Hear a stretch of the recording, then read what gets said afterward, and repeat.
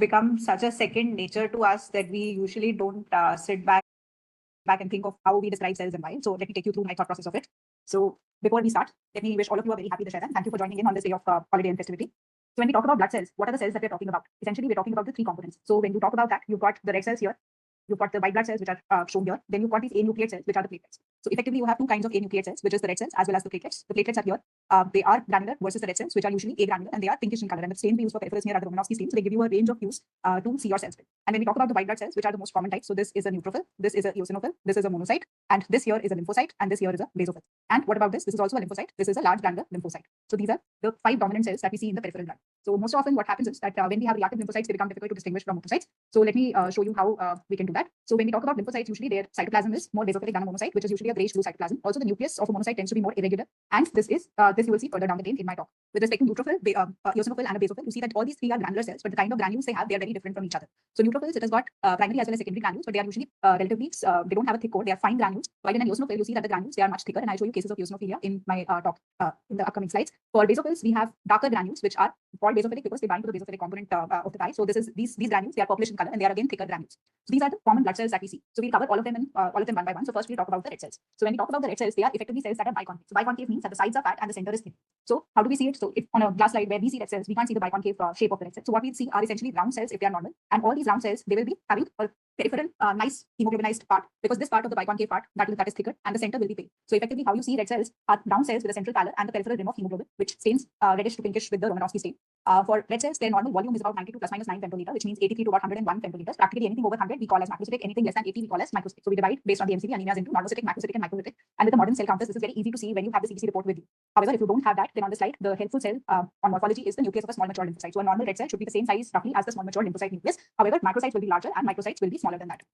Now, before we embark on this journey, what we need is that we need to know the reference ranges for normal. And normal means that it is not just adult female and adult male normals, it is also the reference range for the children that is important. So this is our Evan Hilford DC at its best. So we have the reference ranges for all the CBC parameters with respect to the date and the day. So this is important to remember because when we talk about a neonate, something that is macrocytic for an adult is absolutely normal for a neonate. If you look at the MCV, the normal MCV will be about 110, which you will classify as macrocytic when you talk about an adult male or an adult female. So what do we mean when we talk about normocytic normochromic red cells? On the left is a low power image, and if you see, you've got two WBCs in this. So you've got a lymphocyte and you've got a neutrophil. Lymphocyte you use as a guide to talk about the red cell size. So most of the red cells, as you can see on this higher power image, most of the red cells they are the same size as the nucleus of this small mature lymphocyte. So this is a normocytic normochromic blood picture. This can be either normal or this can be also seen in various types of normocytic normochromic anemias. So when we say normocytic, this is the cell size. When we talk about the normochromia, it is that the central half to 1/3 should be the pallor, and that is what we see here. So if the pallor increases than that, then it is called as hypochromia. So we'll start with the first whole question. All of the following, they are causes of normocytic normochromic anemia, except, and you have these 4 options: PNH, anemia of renal disease, sickle cell anemia, and pyridoxine deficiency. So do we have the answers? We are getting answers like 4 and 3. Okay. 4 and 3, most of them are answered. So everybody who's answered 4 is correct. So pyridoxine deficiency usually causes a macrocytic anemia. Sickle cell anemia is not is classically a normocytic normochromic anemia unless you're dealing with sickle beta thalassemia. And anemia of renal disease usually again is normocytic normochromic. It sometimes may have a microcytic component, but by far it is also classified into the normocytic normochromic anemia. So the correct answer is pyridoxine deficiency. Now the other terms when we talk about blood cells and when we read the books, that is anisochromia and anisopoikilocytosis. So when we talk about anisochromia, that is a difference in the hemoglobin content of different RBCs, and anisopoikilocytosis is when you have a difference in the shape of the RBCs. So in this picture, you can see that you have both anisocytosis, you have anisochromia, and you have anisopoikilocytosis.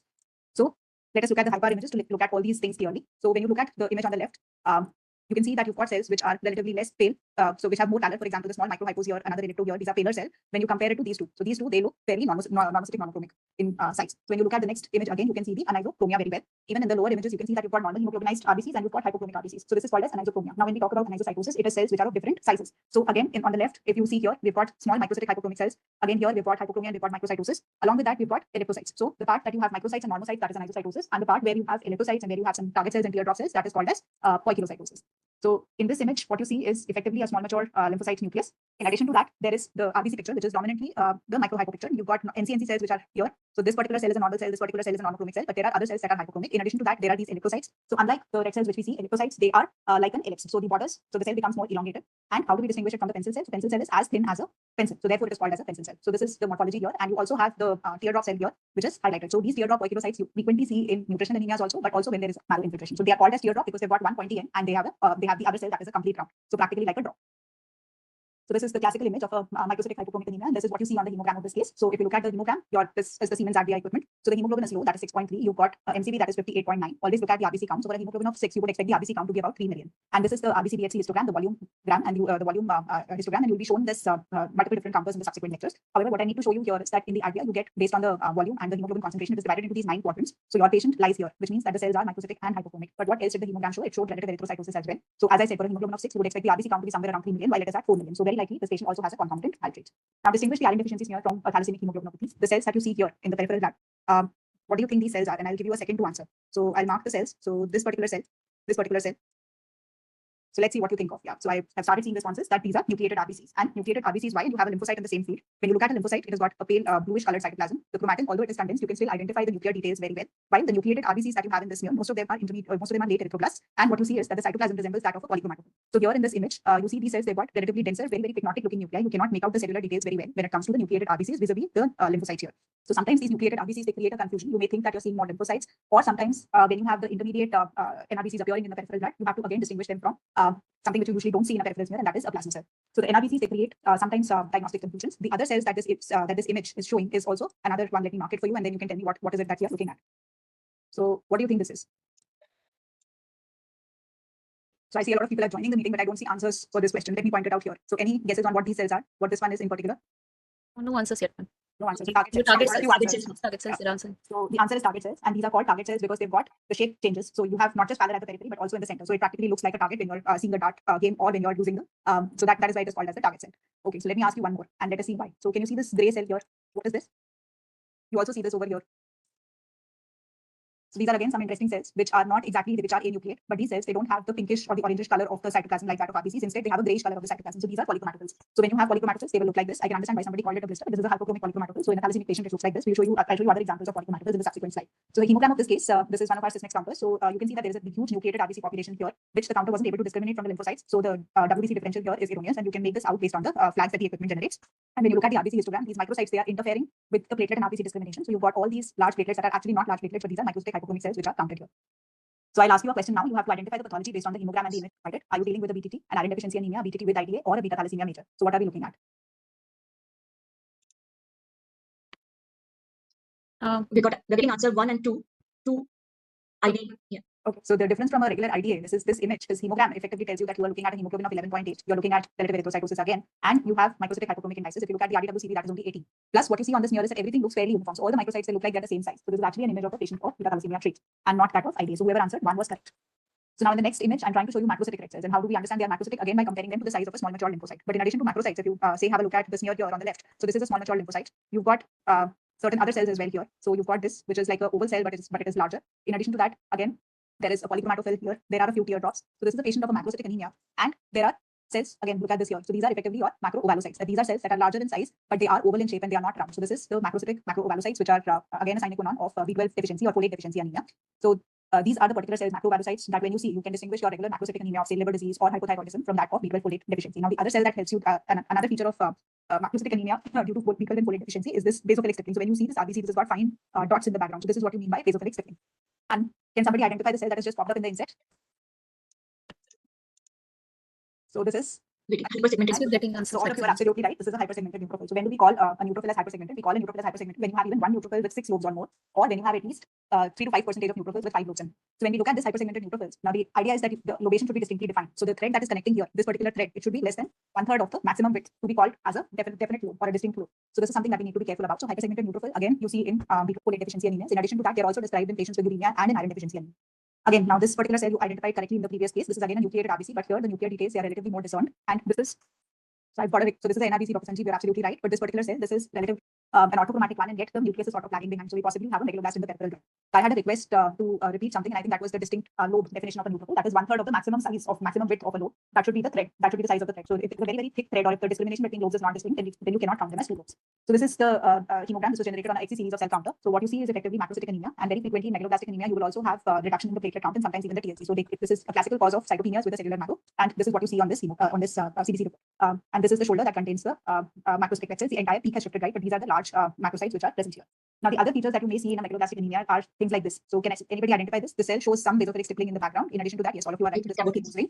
So, these are the Kipp's rings. So, Kipp's rings you see as these figure of 8 or a thread-like material lying inside the red cell. So, this is a Kipp's ring. And a bone marrow is avoidable in nearly all the cases of megaloblastic anemia. But if you do that, what you see is you have a normal marrow on the right side. On the right side, you can see that this is polychromatic NRBC. So these are their orthochromatic NRBC, and I've taken this from the ASH image bank. While if you compare your cases here, your cells here, these cells they are larger, and it feels as if the nucleus is lagging behind and the cytoplasm continues to progress. So effectively an orthochromatic cytoplasm with a polychromatic nucleus, and so on and so forth. That kind of a picture you see here. In addition to that, there is an important change to observe. That is the presence of these giant staph forms, giant neutrophils, and a few giant metamyosites as well. So the myeloid series that also shows these changes. So let me ask you another poll question. So there is a finding that is highlighted by the arrowhead. How would you best describe it? Is it a fine basophilic stippling? Is it coarse basophilic stippling? Pappenheimer body or Haber-Jolly body? So I've got an answer of 2, that is coarse basophilic stippling, and you are absolutely right. So when you see coarse basophilic stippling on the peripherals here, and you're distinguishing it from fine, because fine basophilic stippling, they are very thin dots in the cytoplasm of the red cell, while in the coarse basophilic stippling, you've got very thick sized dots in the RBC. So this you see in lead poisoning classically, and it is described with that. In addition to that, in this here only, you've got another RBC here which contains some amount of stippling. Here it is very difficult to call it coarse or fine, so this would still go as fine, but this particular RBC is distinct coarse basophilic stippling.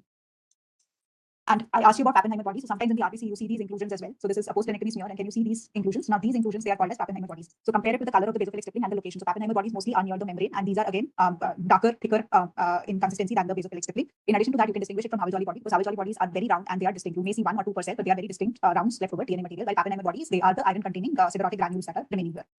Now, another term that we frequently see is called as a dimorphic red cell picture. So dimorphic anemia typically is said when you have a dual deficiency, that is a B12 folate deficiency. Along with that, you have an iron deficiency. So you have hypochromic macrocytes. While more frequent than that is actually the dimorphic red cell picture, which occurs when you have a patient who's been given a transfusion. So if you have a look at this particular patient's parent population very likely is this microcytic hypochromic population, and because of the transfusion, there are these larger cells and completely normal in hemoglobinization. So these all are monocytic monochromic cells. So can somebody tell me what is this particular cell that they are looking at? This white blood cell.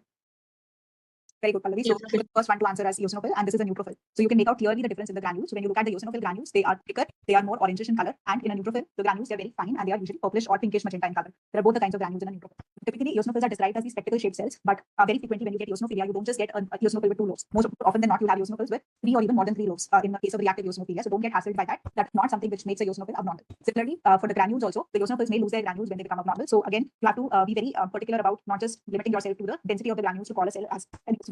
I'll show you examples of all those in the subsequent slides. In addition to that, when you talk about the distinction between an eosinophil and a neutrophil, typically when the eosinophils they lose granules, they still have a very pale cytoplasm. It doesn't have other granules. So that is again a helpful feature.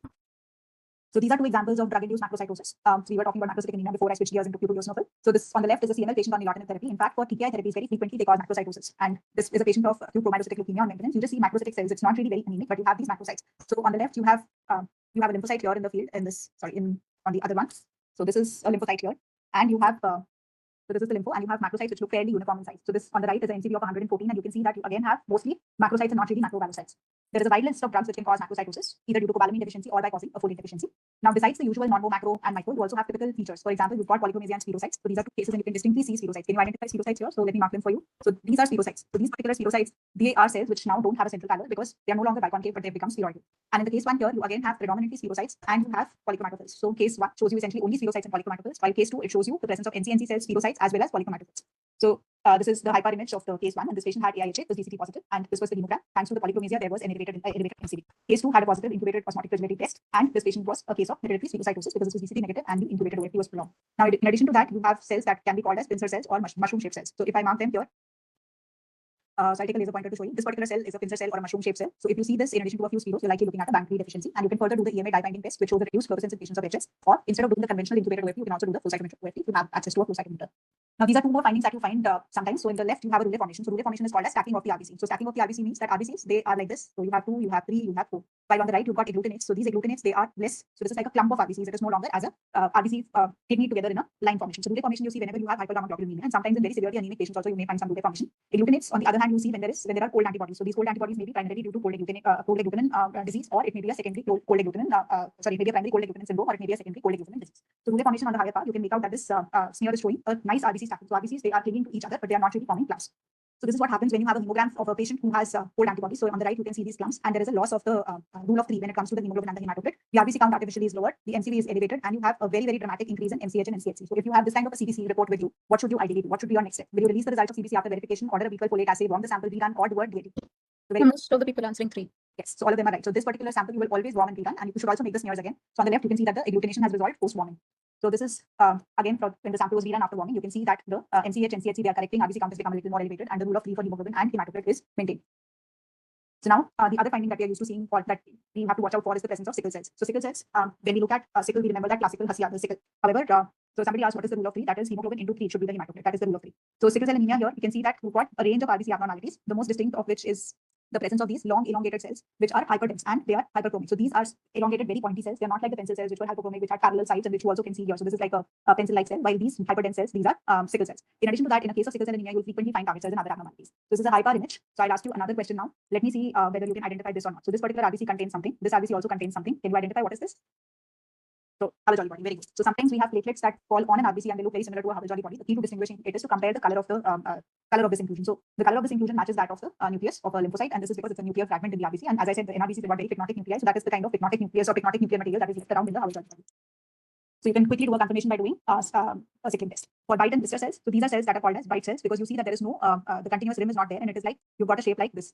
So this is a White cell, and this particular cell here is the blister cell. So all the hemoglobin has moved on one side, and you've got a thin membrane that is left on the other side. And this you classically see the G6PD deficiency. And on the right is the Heinz body test, which you can run in your lab. So I have an interesting question here. So we usually have a tendency to describe cells like White or sickle or teardrop. Can you tell me what White cells are also known as?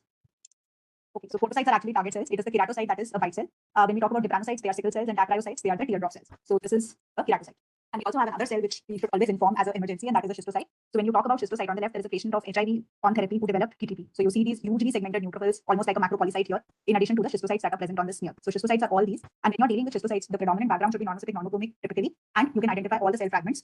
So I would recommend that you go through the 2021 update of the ICSH recommendations. There is a pre-available article, and this tells you the kind of cells. So all the keratocytes, all the triangular schistocytes, and even the microspherocytes in this image need to be counted as schistocytes to give a correct count. Now this is a case of hereditary erythrocytosis, and you can see that most of the RBCs here are elliptical in shape. So this patient needs to be investigated for hereditary erythrocytosis. Okay, so now this one, this particular image I had clicked. This was one of our patients for would be referred for thrombocytosis. So when you look at the higher part of the image, you can see a lot of echinocytes, but there are acanthocytes as well. So echinocytes are these nicely crenated RBCs, uniform crenations, thin crenations. However, acanthocytes are cells with uneven long spicules. So these are the two different red cell, other red cell changes. So acanthocytes you frequently see when you have lipid abnormalities or when you have liver disease, and echinocytes you see when your samples being kept too long or when the patient has renal failure. In addition, in this here you have thrombocytosis, you've got uneven platelet granulation, and you also have Haber-Jolly bodies. So now these cells, they are called stomatocytes. So when you look at these cells, it is like the central pallid hasn't remained central. It has become like a slit of pallid. So this is called as, these are called as stomatocytes. More often than not, they are sort of artifactual on this smear, and they may be present only on one part and not on the other part of the smear. But when you see it as a consistent anomaly, then you may initiate a workup for hereditary stomatocytosis. Now, can somebody identify what this picture is? What this peripheral picture will be called, peripheral blood picture, and why? So this particular peripheral blood picture is, so somebody said left shift, is left shift. But in addition to the left shift, you've got a nucleated RBC, which is which is sitting over. I think I have to keep switching pointers. So this is the nucleated RBC here. In addition to that, you've got a cell which is sort of leaking something outside of it. So this is a leukoerythroblastic blood picture and what correct answers now. So these are basophils that you have, and these basophils, unlike the basophils that you see as the book picture, which is those hypergranular basophils that I showed you, these basophils they've sort of lost the granulation. So how do you identify that these are basophils? These basophilic granules they show this hue, this pinkish magenta hue around the cell. So this is Dr. Anvesha said myelophysis. So there is myelophysis, but this basophil, this is a helpful cell, and it gives you a clue to what kind of myelophysis the bone marrow will show, and that is a classical sign. The presence of leukoerythroblastic blood picture with basophilia that you're seeing here, it's a classical sign of primary myelofibrosis. This is another high power image, and you can see this basophil. Now this particular basophil you can distinguish from neutrophil as you don't have the fine granules. You have this purplish hue around the cell, and there are vacuoles that are remaining in the cell from having the large granules which are now leaked out. In contrast, you can see the neutrophils here differentiate the color of the cytoplasm. This is a nucleated RBC and mark the basophil here. What you see on this side is a metamyelocyte, larger than usual, and again these teardrop cells they come to your rescue. So unlike the teardrop cells that would occur in a case of iron deficiency anemia, these are fully hemoglobinized teardrop cells. So in a thal also you may find teardrop cells, thal major, but those are again hypochromic, while these they are normochromic teardrop cells. And this particular cell also you may find when you're dealing with such leukoerythroblastic blood pictures with basophilia or in a classical case of CML. This nucleus is absolutely condensed. This is a megakaryocytic nuclear fragment, and this is not a normal white blood cell that you see in the peripheral blood. Now, in addition to all these, sometimes you may have the cryoglobulins in the peripheral blood, which you can see either as crystals in this empty space, or as in this image, you have neutrophils which are containing these bluish inclusions. This one is extracellular and this one is intracellular. So this is a patient of cryoglobulin. Now we'll switch gears and move to WBC disorders. I've shown you this particular image of white blood cells. So when you look at peripheral smears also, or when you look at CBC reports also, you have to think in terms of absolute counts. So for example, I've given you a scenario here, 35% neutrophils, 4,000 TLC, 65% lymphocytes. So it looks like there is lymphocytosis. However, the patient actually has neutropenia. The lymphocyte count is well within the normal limits. So these are the causes of neutrophilic leukocytosis, of neutropenia, of lymphocytosis, of lymphopenia. You can all go through this. This is from our textbooks only. These are the causes for eosinophilia and for monocytosis. So the key that you need to remember when you're describing white cells is to talk about their size in relationship to a small mature lymphocyte, to talk about cytoplasm to nucleus or nucleus to cytoplasm, describe it in that order. Then you talk about the cell shape and the membrane, whether it is round or whether it is irregular, what is the cytoplasm like, what is the amount, what is the NC ratio, what is the color of the cytoplasm, the amount of granules or no granules, the presence of vacuoles, the presence of or absence of or rods or inclusions. Following that, we talk about the nuclear shape and the membrane, that is round, oval, indented, smooth, regular or irregular, followed by the chromatin into fine, condensed, reticular or coarsely clumped, and nuclei, whether they are present or not, what is the number and whether they are punched out or indistinct. This is another frequent change that we see in our patients. This is a reactive change. When you look at the granules of these neutrophils, they are more in number and they appear to be darkly stained than in the regular peripheral smears. So this is called as toxic granulation. In addition to that, you have got some vacuoles here in the nucleus and the cytoplasm. So this vacuolation also is a part of a reactive change. In addition to that, you may have dole-like dole bodies, which are these bluish colored peripheral inclusions that you may have in neutrophils. in the lymphocytes, you may have reactive lymphocytes, which were classically described by Downey into these three types. Type 1 was a relatively smaller sized nucleus instead of being round. Now it shows indentations and the cytoplasm may have granules. Type 2 is another one that is common, abundant agranular cytoplasm. The cytoplasm, it appears to be slightly dark here at the periphery, and it has this tendency to hug the RBC. So this cytoplasm is it's sort of trying to go between these two RBCs. So that is a feature of the reactive lymphocyte. Now this third kind is the immunoblast-like, which has a very, very deeply basophilic cytoplasm. It may show you nucleoli because it's an immunoblast, and the chromatin is fine to closely clumped. So that is these three are reactive lymphocytes. Another example of the type 2 is this particular one. So when you talk about this one, this again is showing you this feature of inserting itself or molding itself around the RBCs. So classically, these kind of Downey cells were described in infectious mononucleosis, but you will also see them in multiple viral infections when you look at the peripheral smears. So these are the three in the bottom are the plasmacytoid lymphocytes, while the two above, they are reactive Downey-like cells. So they are plasmacytoid. Why? Because the nucleus has become eccentric. Now they have a Golgi zone-like structure, and they resemble like plasma cells. So they look like plasma cells. So they resemble plasma cells, but they are not plasma cells. They are plasmacytoid lymphocytes. So these very frequently in the current season in Delhi, you will find in patients of dengue, in whose peripheral smears you get this around day 5 to day 10 of their disease when there is recovery that starts. So these kind of very heavily plasmacytoid lymphocytes you are able to see in these smears. Again, you've got a picture here which shows you a classical Downey type cell and a plasmacytoid lymphocyte. You can contrast the basophilia here. In the plasmacytoid lymphocyte, you've got a much more dramatic basophilia when you compare it to the reactive lymphocyte. Now, this particular image is that of a patient of eosinophilia, and you can see that most of the cells here, you've got a small mature lympho here, while all these are all eosinophils. So predominance of eosinophils and the number, the general guide on the peripheral smear is that on a 40x smear, you count 10 fields and you take an average of those 10 and multiply it by 1,500 or 2,000 depending on the microscope. So this particular patient definitely has eosinophilia. So this is another higher power image. And if you look at this here, this is what I was trying to tell you, that in a eosinophilia patient, you may not have all eosinophils with only two classical spectacle shaped nuclei. You may have more lobation. So these eosinophils, they are practically showing you 2 to 3 lobes around. In addition to that, you can make out the granules, and when you move the fine focus, you will see that there is a refractile nature to these granules, and these granules sort of shine at you. That is another way to distinguish neutrophil from eosinophils from neutrophils. Now in this particular image, this is what I was trying to tell you. So these two are here, the hypogranular eosinophils. So if you look at this, the granules, they are remaining only on one side. This is an uneven kind of granulation, and the cytoplasm at the back, if you look where there are no granules, that is almost like it's a faint gray blue cytoplasm. So they are hypogranular eosinophils, and these very frequently you find with the PTGFR associated eosinophilia and the other myeloid lymphoid neoplasms which are associated with eosinophilia and tyrosine kinase fusions. So these kind of abnormalities are more common there. However, you may see them sometimes even in reactive eosinophilia. Now in this image, what you can see is a neutrophil here. These are eosinophils, which you can clearly differentiate from the neutrophil based on the color of the granule. And if you were to look in a microscope, even the refractile nature. And this particular cell here is actually a basophil, which is completely degranulated, leaving the vacuoles behind. So very frequently, depending on the staining, the storage time, basophils, they have a tendency to degranulate. So when they don't degranulate, this is what they look like. So you've got a patient of CML here, and you know that this is CML because you've got a complete series of left shift. You've got neutrophils, metamyelocytes, myelocytes, and even blasts in this, along with the presence of these very thickly granular basophils. So these are basophils with normal granularity, and I've shown you how hypogranular basophils can also look like. Now, in contrast to the case that I showed you, what is the dominant finding here, if all of you can point out? So there is definitely leukocytosis. In addition to that, what is the most dominant cell? How will you classify these cells? If anybody wants to take a shot. Okay. So you think they are reactive lymphocytes, okay? Monocytoid cells, okay? So how can we distinguish these from reactive lymphocytes? These are actually all monocytes, and they are not reactive lymphocytes because when you look at the nucleus is sort of very irregular in its shape. So it is not a round nucleus and not just a small indentation, but these nuclei, they're very, very variable in their indentation. So you have something which has multiple indentations like this. You have almost like an embryo-like nucleus here. So these are monocytes. And in addition to that, this here is showing you these macropolycytes. So these two, they are macropolycytic neutrophils, almost like not a diploid, but a tetraploid kind of a neutrophil. So you've got macropolycytes and you've got monocytosis. This is a smear from one of our patients of chronic myelomonocytic leukemia. So primary abnormality was monocytosis. In addition to that, there is the evidence of macropolycytes and these hypogranular neutrophils, which is a feature of dysplasia. Now, this is another cell which sometimes may confuse you with monocytes. Can you identify what cell are we talking about? This particular cell, these are hairy cells. Very good. So hairy cells, when you look at a CBC report on a Sysmex counter, will very frequently fall into the monocytic region, while on these smears you usually have monocytopenia. So you can't identify monocytes. How will you distinguish them from monocytes? When you look at the nuclei, again, see that they are essentially just about showing a very mild indentation, or they are round. So reniform kind of a nucleus they are called. They are not very regular. When you look at the chromatin, it is more coarsely condensed when you compare it to a monocyte. And you look at the cytoplasmic margins, they are fuzzy. And these fuzzy margins and these projections, that is why the cell has earned its name of a hairy cell. Now, this is a case where you have lymphocytosis and you also have these basket cells. This is from a case of chronic lymphocytic leukemia. When you have a look at this, sometimes even postgraduates, what they do is that when they're given smears of CLL, they end up calling it as ALL. So the chromatin in a CLL cell, that will definitely be slightly less condensed than a conventional small mature lymphocyte. However, they do not show the presence of nucleoli in all the cells, and that is again a helpful feature when you have to distinguish it from acute leukemia. Now, these are a few more examples of lymphocytes which are showing cleaving. So these, although they are very small and they have a condensed chromatin, they have this sort of indentation, and this one here has a through and through cleave. So these are buttock cells, and these are called cleave cells, and you can see them in patients of either follicular lymphoma or you can see them in patients of mantle cell lymphoma. And now these lymphocytes, if you have to describe them, they have these polar projections, and this is a patient of splenic villus lymphoma or splenic marginal zone lymphoma, and the lymphocytes very frequently end up showing these projections. Now, can anybody identify these particular cells here, the lymphocytes? Let me show you a higher power view. So what do you think these three lymphocytes are? So these three lymphocytes, they have granules in them. These are all large lymphocytes. So these, as you correctly identified, they are large granular lymphocytes, and they can be present as a reactive change. They can be present in patients who have splenomegaly or who are post-splenectomy. But when you have them in huge numbers, you need to exclude large granular lymphocyte leukemia. And I talked to you about plasmacytoid lymphocytes. Then let us try and identify the cells here.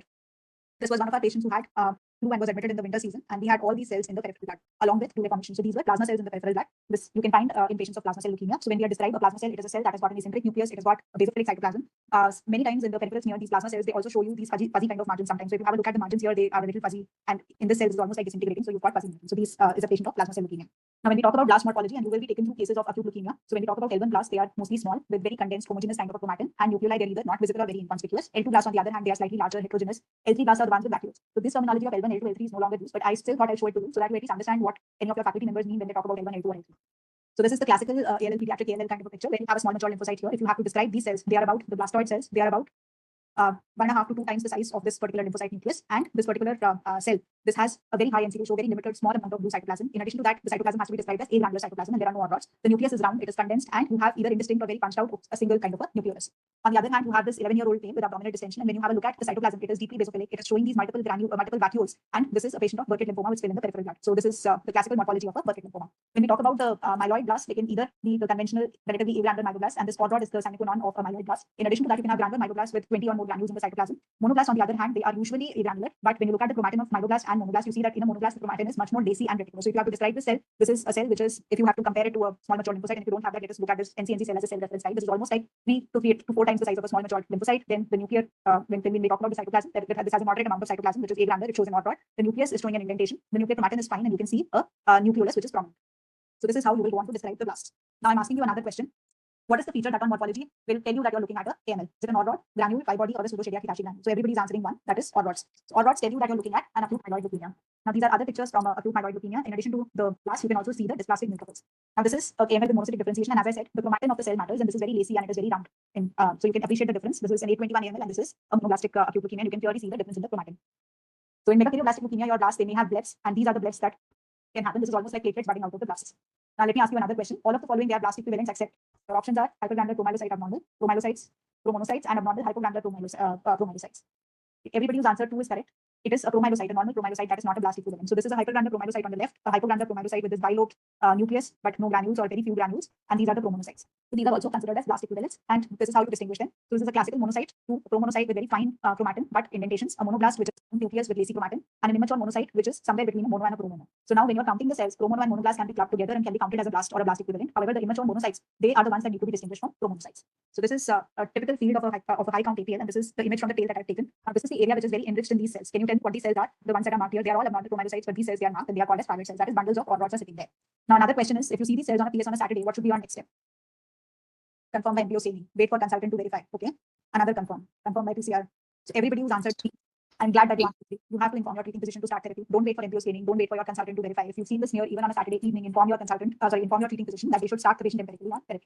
In addition to that, on the peripheral blood, you can also identify a lot of dysplastic findings in the neutrophils. So this is dysplasia in the neutrophils. You can see the pseudopelvic anomaly in the neutrophil here. All these neutrophils, they are hypogranular. This is almost like a ring. This is a figure of 8. These are all abnormal segmentations in neutrophils that you can see. Keep in mind that the platelets should be stained well when you're talking about hypogranularity. Sometimes just because the staining is abnormal, it looks like hypogranular. Sometimes you can also find these odd rod-like structures in the neutrophils in the peripheral blood. Now, most of your modern cell counters also give you some indicators. That is a low neutrophil site scatter and site fluorescent light. All in the ADVIA series of cell counter. This is how the patient of MDS has a reduction in the peroxidase activity of higher peroxidase activity and a lower size in the neutrophils. So all of the following, they are features of dysgranulopoiesis except nuclear hypolobation, hypogranularity, pseudopelvic anomaly, or Shadiac-Higashi granules. So the answer is except. Or except the answer is 4. So these are Shadiac-Higashi granules. So if you compare it to a regular neutrophil, these granules, they are much thicker than that. They are seen in lymphocytes, they are seen in neutrophils, and they are seen also in the monocytes. So these granules are very thick basophilic granules that you can identify. These are conventional Shadiac-Higashi granules. Now last words on platelet morphology. Platelets, as I said, are anucleate cells, 7 to 11 femtoliters in size. Large platelets are larger than 11 femtoliters, but they are still less than the size of a mature RBC. Giant platelet, you say when they are nearly the same size as that of a RBC. So here you can see the normal size platelets, and they have a tendency to form clumps when you're looking at a fingertip smear, or even in a case of a ETS smear, you may get small clumps of 2 or 3 platelets each. So this is a peripheral smear that is showing extensive clumping, and very frequently these patients you will see as the counter would flag them as thrombocytopenia. So this is their frequent causes of pseudothrombocytopenia. The other findings that you may see in the platelets are these platelet sacralism, that is neutrophil is surrounded by platelets, or you may have these giant or large platelets. So this particular platelet in the center is a giant platelet nearly the same size of an RBC. This particular platelet would be classified as a large platelet. So in addition to that, when you're seeing large platelets, you should also look out for these dole-like inclusion in the neutrophil. Now this you see in a MYH9 related disorder. On the right, you've got very small platelets. This is Wiskott-Albrecht syndrome. On the left, you've got platelets that are not staining. And you know that the staining of the smear is fine because there is a normal staining platelet, but you have a variety of platelets here which are larger in size and which are absolutely blue. So this is a gray platelet syndrome. And this is a patient of Bernard-Soulier with these large platelets and thrombocytopenia. So I will finish by telling you the take-home message, which is that use the small mature lymphocyte as a guide for the red cell size. The red cells you described as monocytic, microcytic, and macrocytic. White blood cells describe their cell size, cytoplasmic, and nuclear features. Also look at the company the cells are keeping. So when I say look at the company the cells are keeping, it is the presence of basophils in a peripheral smear, which otherwise looks like a leukoerythroblastic blood picture. It is the presence of dysplastic neutrophils when you're looking at blasts in a smear. That gives you a sign that you're looking at AML rather than ALL. For platelets to assess not just the number but also the size, the granularity, look for aggregates. And if you have large size platelets and a history of thrombocytopenia, always look for the dole-like inclusions. With that, I would like to thank you and invite Roma ma'am to take you through her words of wisdom. Ma'am, there are a few questions in the chat box. If may I ask them right now?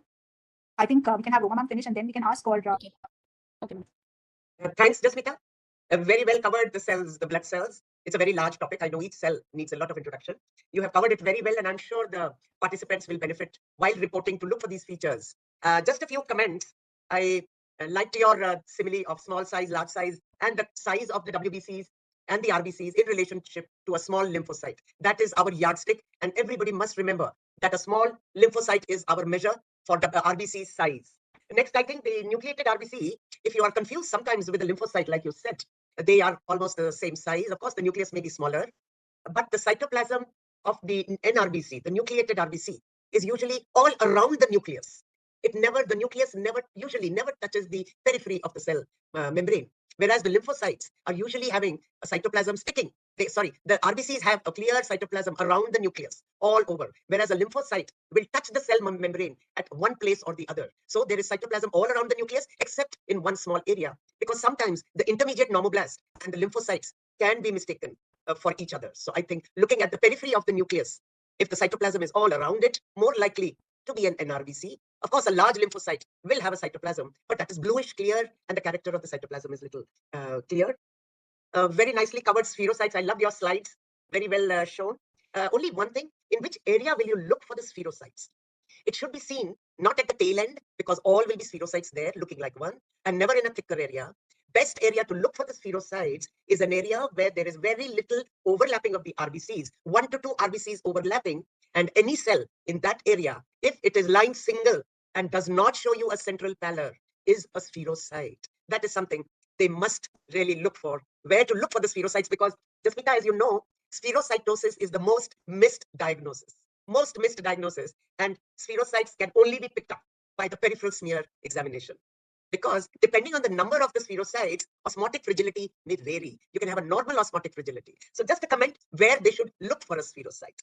One thing about schistocytes, any fragmented RBC, any poikilocyte, even sickle cells, they all can be in the shape of a schistocyte. But the main differentiating feature, like you mentioned, is a fully hemoglobinized cell. They should never have a central pallor. Schistocytes are usually fully hemoglobinized. Coming to the elliptocytosis, I think to count that, we know that elliptocytes can be present in iron deficiency, in thalassemias, and in dysplastic syndromes. But if you are seeing elliptocytes more than 25%, then you must start thinking of hereditary elliptocytosis, provided other cells are normal. I'm glad you mentioned lymphopenia. Most of the people report their CBCs in a very weird way. Any lymphocyte, they look at the neutrophils, but the number of total WBCs decides what is the cell increase or decrease. So a lymphopenia usually has a normal cell count, or a leukopenia, low cell WBC count, in which, like, if you have a 3,000 count WBCs and you have 79% neutrophils with only 10% lymphocytes, it is more a lymphopenia than a neutrophil leukocytosis. I'm very glad you mentioned this, because most of the people report in a 3,000 count 70% neutrophils, 10% lymphocytes as neutrophilia, which it is not. I'm so glad, Jasmita. And of course, abnormal promyelocytes, one can recognize, like you mentioned, because of the weird granules, the faggot cells, but the Golgi zone is missing in these promyelocytes. So one must look for that area near the nucleus, whether that's a dysplastic promyelocyte or it's a normal promyelocyte. Because in patients who have severely arrested marrow due to sepsis, you can have arrest at the promyelocyte stage in the marrow, but those are all normal promyelocytes. So I'm very glad you brought up all these issues, and very good talk. And any comments or any questions from the participants are open and welcome. Yes, some of the questions I think Madam is also already answered a few of them in the chat box. So I'm taking some of the questions. Are macropolycytes same as hypersegmented neutrophils? So hypersegmented neutrophils will usually have about 6 or 7 rows at maximum. When you start seeing much more location and a very disorderly kind of a location and a cell size that is larger than a regular neutrophil, much larger than a regular neutrophil, that is when you think of a macropolycyte. Regarding hypersegmented neutrophils, just a question popped up. Can you please describe again the chromatin in hypersegmented neutrophils? I think you just meant. So chromatin in a hypersegmented neutrophil is just like a regular neutrophil. It is a condensed chromatin, because the cell is no longer dividing. So the chromatin, it undergoes condensation. So it is a condensed chromatin, and with respect to the thread that I described, that is less than 1/3 the thickness of the widest part of a nuclear lobe in the same neutrophil. So that is the thin thread that will identify or distinguish the distinct lobes. Right. Then microcyte and normocyte, is it dimorphic, or microcyte and macrocyte that is dimorphic? So dimorphic blood picture can be macrocytes, normocytes, it can be microcytes, normocytes. When you talk about dimorphic anemia classically, that is that there should be both microcytes as well as macrocytes in the same smear, and that is a dual deficiency kind of anemia. Remember that because there is iron deficiency as well, even the macrocytes, they tend to be less, they tend to be pale. So that is the feature that tells you that you're looking also at a component of an iron deficiency, along with the B12 folate deficiency. Ma'am, would you like to add anything here?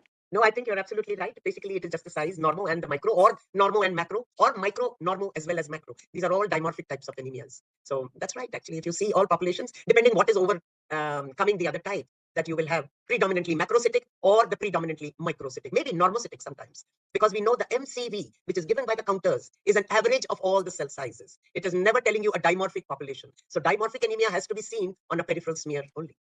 There was another question, how to differentiate between mild, moderate, or severe anisopoikilocytosis. Is there any criteria asked by Shakti? Well, So Shakti, these are all questions that I've asked my teachers. So and every teacher had a different mild, moderate, and severe. So with the CBC cell counters helping you and having a CBC report, anything I think that is an RDW up to 17 to 18 is mild, 18 to 20, 22 is around moderate, and anything over 22 is severe anisopoikilocytosis. I can give you guides like if you're looking at a patient of Thal major, never transfused in their life, that is the most severe kind of anisopoikilocytosis that you can have. While if you have a Thal trait, that is the mildest kind of anisocytosis as is described by the books. You should not have any anisocytosis at all. In our country, that is so not true. All the Thal traits have got some mild anisocytosis in the peripheral blood. So if you think of a patient of IDA with a hemoglobin of around 9, they would be in the category of moderate anisopoikilocytosis. Minguchi asked if their WBC count is normal and we're getting eosinophil count is increased. Do we call it eosinophilia? Yes, you need to. So for example, if your TLC is 8,000 and say you have 20% eosinophils, your absolute count comes out to 1,600. That is definitely eosinophilia. So think in terms of absolute counts and not percentages alone. The same 20% eosinophils in a smear in which the TLC is 1,000 would not be eosinophilia. Then one question is, why does MCV increase in megaloblastic anemia and decrease in IDA? So I think ma'am will take you through that in her next talk as well as the lectures on micro and macro anemia. But it is about the hemoglobin entering the cell. So in a microcytic anemia, it is the critical concentration of hemoglobin that when enters the nucleus stops the cell division. However, in macrocytic hypochromic anemia, that threshold doesn't come. And in a macrocytic anemia, you've got the folate trap. So it is the synthesis of the pyrimidines in the purines that is affected. So therefore, the nucleus, it lags behind. The MCV keeps increasing. If it is asked, what is the normal range of IT ratio in units? So IT ratio is another thing which I think has counting the newborn peripheral smears for neutrophils is a very tricky task because they are thicker than normal. So the newborns, they have got polycythemia. If you look at it by the other count, it's completely normal for the neonates because they were in a hypoxic environment and they had to regulate their erythroid titers. So the hemoglobins, they are high. So I think IT ratio cutoff is 0.2, less than 0.2 is normal, more than 0.2 is abnormal, and 0.2 is essentially band forms that need to be counted, divided by the total neutrophil plus the band forms. That is the IT ratio that you need to calculate.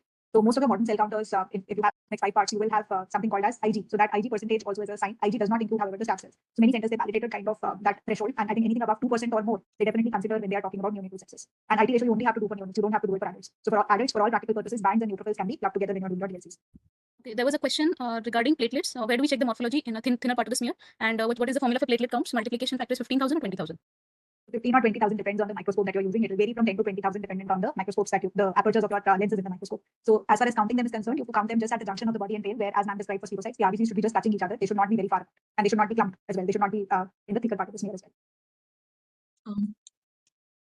I think I have a question on buttock cells versus hypogranular promylo and promono. So buttock cells, you've got a very high NC ratio, very limited amount of cytoplasm, and a through and through cleave in the nucleus, and the nuclear chromatin is very coarsely condensed because these are mature lymphoid cells. So that is the buttock cell. For hypogranular promylo versus promono, this can cause a problem. But again, if you have a look at the cell, the hypogranular promyelocytes also, they end up showing the completely bilobed or the angel-winged appearance of the nucleus. Promonocytes have more irregular indentations than that. With respect to the cytoplasm, hypogranular promyelocytes can show some amount of granulation, which is fine, and it is called as a dusky hue of the cytoplasm. It almost feels like a pinkish hue of the cytoplasm. While in a promonocyte, you've got a bluish gray cytoplasm, and it may have very fine azurophilic granules. And also look at the company that the cells are keeping. So if your smear is showing some classic monoblastic kind of cells, it is showing mature monocytes as well, then very likely you're dealing with a mono kind of leukemia. Look at the chromatin. So chromatin for these cells, it is very, for promonocytes, is very fine and lacy chromatin. So that is retained for a promonocyte, while for an abnormal promyelocyte, it is more fine, but it is not as fine as a promonocyte. And the distinguishing of these two, you can easily also confirm by doing a MPO stain. So MPO cytochemistry is one cytochemistry which you need to have. So very, very heavily MPO positive cell for looking at a hypogranular pro, while in a case of promono, you will have positivity, but it will be like a fine MPO positivity, not that the cell will be overflowing with MPO positive granules. Then what is the formula for counting WBC, and where to count and what power field? So 40x classically for WBCs, I think I mentioned that you do an average of 10 fields, and you multiply that by, again, depending on your microscope, a factor of 1,500 to 2,000. And this you usually don't have to resort to. This is only in the exams where you don't have a CBC given to you with the slide that you have to think of doing the count. With respect to where you will count it, it is again at the juncture of the body and the tail, not in the thick part, not in the very thin part. And also always check the smear for tailing. So I think I showed you the abnormal pros in one of my images, and promyelocytes in any large cells, they have a tendency to go to the tail. So in that case, all the faggots are concentrated in the tail. So sometimes the smear does show tailing, in which case you should not be doing a WBC count on the smear. Rohit has asked, if we see occasional plasma cells on a peripheral blood smear, what should we think of? Only multiple myeloma. Go and take the clinical history. Talk to your physician friend who sent you this smear. So I think we burnt our hands on this a couple of times. So patients of 6% plasma cells, the last patient I remember turned out to have an angioimmunoblastic T-cell lymphoma, and the plasma cells were polyclonal and they were just circulating. They've just gone in the peripheral blood for a ride. So you can have all sorts of pathologies. A plasma cell in the peripheral blood does not necessarily mean that you're looking at myeloma. Look at the patient's clinical picture in total. You can look at the smear RBC's roulette formation. That definitely helps you. If you see roulette formation with these plasma cells, well, your antenna should stand up. Ask for serum protein and electrophoresis. Right, ma'am. So I think I showed that in my plasma cell leukemia slide as well Ah, with the plasma That's cell. right. That's right. Then difference between reactive lymphocyte and atypical lymphocytes they want to repeat.